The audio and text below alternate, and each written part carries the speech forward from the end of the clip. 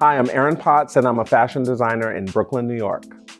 I started my journey in fashion and art back in Detroit, Michigan. As a kid, I was always sketching and painting. I was also a very shy kid. I was very introverted. But once I found this artistic expression, it just opened up this whole part of my life, and it helped actually open up a part of myself. It was as much about creative expression as it was about just finding myself as a person.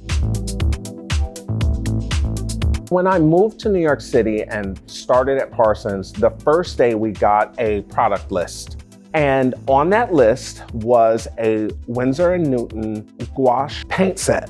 And we had to learn how to use those paints to make every color, every shade, every tone.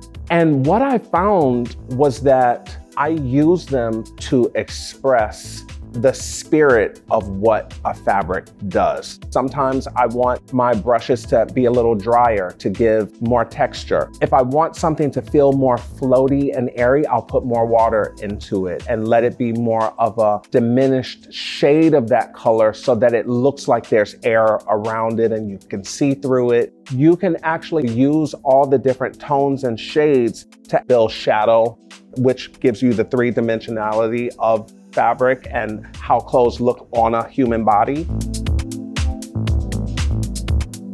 I would say that the paint starts to help tell the story of what the fabric is, how it hangs, how it moves, so you can actually use the paint to make it look three-dimensional and not so flat.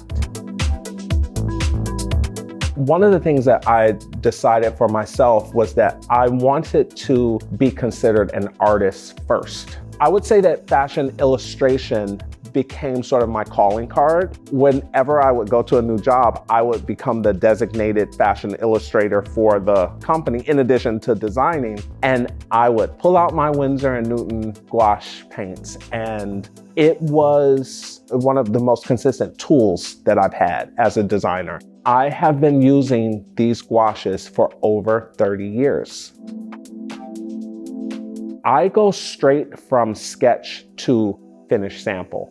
It's one of the ways that I try to add a level of sustainability so that I'm not making inordinate amounts of things that get tossed to the side. You don't have to sacrifice the beauty and the creativity to be sustainable.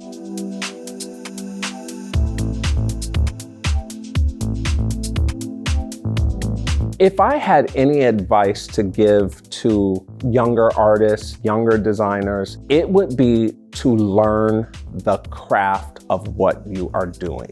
Because of the internet, because of social media, there's sort of these perceived fast tracks, but you can't fake knowing how to mix color. You can't fake knowing how to sew a garment. You have to learn a craft. And part of learning that craft is having the tools to do it, knowing which paints and markers and pencils work for you and your hand and what your expression is. For me, the fact that I had these tools taught to me so early on, it just imprinted in my brain and in my hand how to use these products. And I've used that really over the course of my career. When I started working after Parsons, I can't tell you how many expense reports I've done expensing Winsor & Newton paints, because I would use those paints at every single job because they had become an integral part of my creative process.